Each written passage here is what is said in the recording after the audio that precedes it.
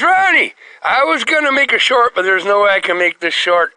You want to learn something? Yeah, I will learn you something if you want to learn something about electronicals on vehicles, especially anything that's computers anywhere, fuel injected, like the Lincoln, and the new vehicles especially, okay? Electrical problems, 99% are aground somewhere. If it's not charging or whatever, there's ways. I'm going to show you little secrets. Keep your battery cables clean. Have ideas of how it works, or get a hold of a man like me that, never trust a shop teacher that in high school or college that's missing a finger. I'm a mechanic and I got my finger crushed, well, all three, but I still got them, so yeah. Safety first. Safety, if I was lucky. I never got smashed, but I'm working on stuff now, just keeping this one out of the way. I'm keeping my finger. And never trust a mechanic that comes to tap on something with a hammer and he's using a claw hammer for carpentry. Okay? On your vehicle. I need to tap on this and see if he pulls out a claw, one of them hook in ones, that got the hammer in on one end and the little nail pulling hook on the other, and that's the hammer he pulls out. Go to a different mechanic. It's not an automobile mechanic, all right? Okay, there's a couple of secrets. I had problems with my Kia Racer for the last 3-4 months, on and off, on and off, on and off. It'd start, and then, and I got a secret I'll show you about telling if your battery and your alternator and stuff are charging and something's working correct or not. On the newer cars especially, you're always going to have a draw. It's called a parasitic draw. When you shut everything off, after an hour and all the computer brains shut off, there's always one going. And it should be below 100 milliamps, okay? My Kia Racer it's an old one. And with the parasitic draw from the radio, I checked and looked up specs that I put in aftermarket. It's about 120, which is no big deal if you don't leave it set for about 3 weeks. Then your battery is going to be probably pretty close to depleted, okay? But I checked everything else. Because my battery, I took it and put battery charger on it. Because it click, click, click, and then go, and then start. And there's just a warning light if the alternator totally quits or a belt breaks on the Kia Racer. But I'm going to show you a secret right now. If you just have warning lights and none of these have voltmeters anymore, if you have a USB port, which they used to call a lighter socket, people that smoked, that had turned red hot, and when you were a kid and you stuck your finger in it once and found out, it's really hot, and it burned all them circles on your finger, which I did when I was like 4. Yeah, okay, it's a lighter socket. Well, there's the USB sockets now. I bought, I think, two free snowflakes, 2 USB charge cords like this, where I can plug in 2 of them. Right? I can plug in 2 charge cords, but look what it shows me. See that number? Saying 12.9 volts with the key off. I got the key turned off. Everything else is dead except this lighter socket. So when I park it for 3 weeks, I have to remember to pull this socket out, because even that little number will cause a parasitic draw over a month, might kill my battery. But it's got the 2 USB charge ports on it, plugs into now they call the charge port. It shows my voltage, okay? And when you start your vehicle, it will show the voltage also. And it should go from 12.5, 12.6 up to 14.1, 14.2, 14.4 volts for charging. That's how you can keep track of stuff. You don't have, like I got, a voltage gauge too. Watch. This gauge is a little short. If I turn the key all the way on, now it'll get power. And my electric fuel pump turned on, I'm running 12.4 volts without starting it. There you go. Okay, now I gotta try to do this with bad hands. Okay, the fuel, I'm good. Buy a couple of those off of eBay or somewhere. Maybe $10 a piece now. They used to be two for like $11. And if you have a port that shuts off, when you turn off the car, all your USB charge ports shut off. Don't go to start it. Just turn it on the first click, which now is accessory, and it'll show how much voltage, give or take a couple, is in your battery running through the system. And then when you start it, it should jump up from 12.5, 12.6, up to 14s, around 14, point whatever. And then you know your alternator, everything's working and charging, which my Kia was doing fine. Okay, I'm going to unplug this before I forget. Oh. But yeah, that's how you keep track with all this computer stuff. All you got's warning lights and stuff, and engine check engine oil pressure. I don't know, a lot of them will automatically shut down if you're running about out of oil. But by the time the computer shuts the engine down because of oil pressure, your engine's shot. Now, okay, I need to. There we go. All right, I got everything turned off. There is no parasitic draw anywhere in this pickup. Once I turn that key off, pull that out, this thing will sit for a month and 2 months, and there's no draw on that battery whatsoever, unless there's a short to ground somewhere. But this one don't have one because I'm a mechanic with Smith's fingers, but not automobiles didn't do that. Big irrigation center pivot steel frickin' inlet pipe did. Yeah, ouch, but it's working and I still got my finish. Yeah, now I'm going to show you why I'm talking about electronicals. Your battery, okay. This battery, I'm not going to stop. I'm trying to show super cheap ways if you don't want to pay a mechanic $100 an hour. I have an electronic battery tester.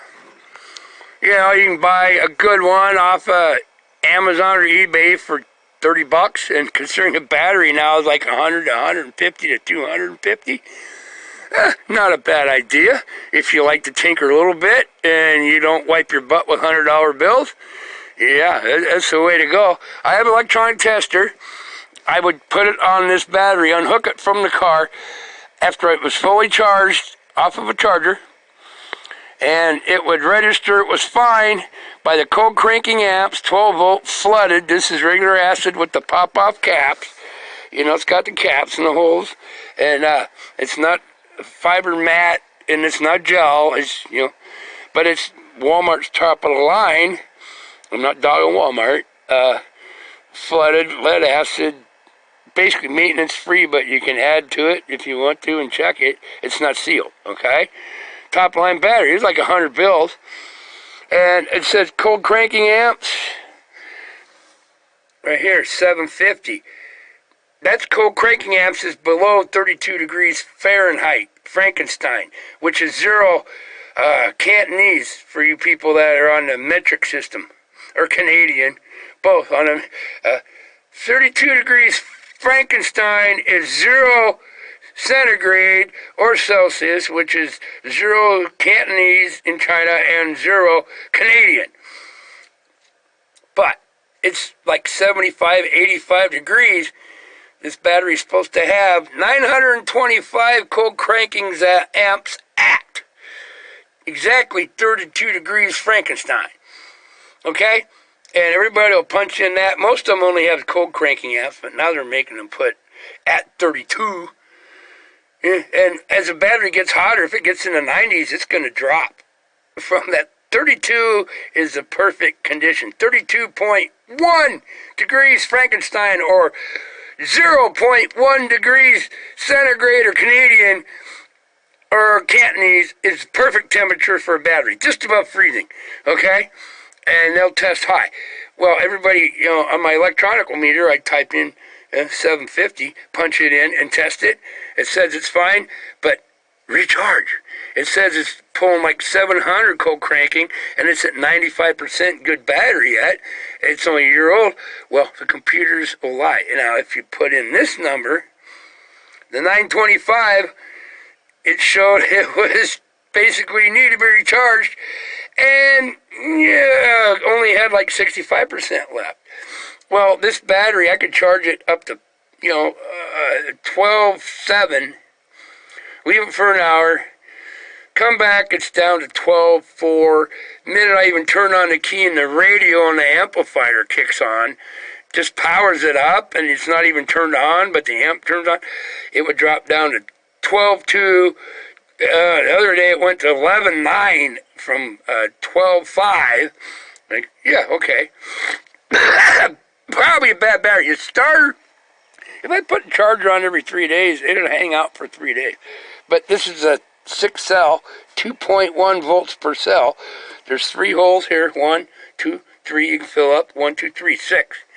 And it's a 12 volt battery, but fully charged. They're 2.1 volts each cell. Okay? Okay, you get it? 2.1 times 6 for you snowflakes times 6 is 12.6. Right? Right. There you go. That many. And, yeah, it was always dropping. And it didn't hang out for a week or two and just be fine. And charging at 14.2 volts. On my meter, I got one of them little plug-ins on my car. I watch it all the time. I've been tracking it just to see. I pretty much knew what was going on, but I checked the parasitic draw is okay. Alternator's charging fine. But this was hit and miss. It would last a week or two if I charged it up, and then it'd be fine. And then just like that this morning, I jumped in and I turned the key on. It said 12.5, and before I even turned it the rest of the way to hit the starter, it dropped down to 11.9, and click, click, click. Once I hit the starter, nothing. So I just I got the battery charger right in front of it, threw the charger on it real quick, 40 amps, and bang, it took off. Just needed more voltage.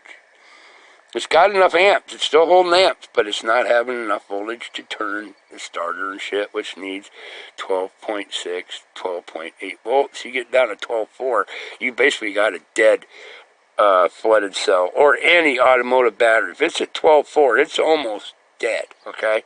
It's not 12 volts. 12.3 is way down there. If it says 12, it's pretty much not going to start your freaking car. So I put my electronic testers on. Like I said, it said, yeah, well, there's got to be one problem. So, and I had one where you pop the cap off. You can't check each cell to see if all 6 are even and constant, like lithium-ion chargers, LiPo batteries like I have, the chargers and stuff, and they will show each cell. This, you cannot check each cell to see if you got one bad one out of these 6, unless you have one of these right there. And I had to spend $8.01 today because I couldn't find one. I have another one. This is a hydrometer, battery hydrometer. You take it, it's, it looks like a turkey baster. You take the caps off, you suck the battery acid out of each fucking hole, one at a time, suck the battery acid out of each hole so it fills it up in here somewhere, and this has weights and stuff in it, and it will float in the battery water acid solution, and where that level is in this tube, this will float. It will tell you if it's a good cell, if it's charging, if it's a little weak, needs recharge, or in the red, it's a dead cell, okay? Well, guess what? I bought this today, and then I knew pretty much what it was, but look, it says 622 on the battery. I wrote 7322 on it. This Max with 2 X's apparently makes it better. Never start. I'm going to splice that together. It went to internal storage by mistake. Yeah, this thing looks like a turkey baster. You suck stuff out of each hole, and it'll float. And then where the level is that's in here, it'll show you. Number 2, which is second hole from the positive right here, or I'm pointing in the hole, I'm not going to pop them off again, is like way up here in the red, which is really bad.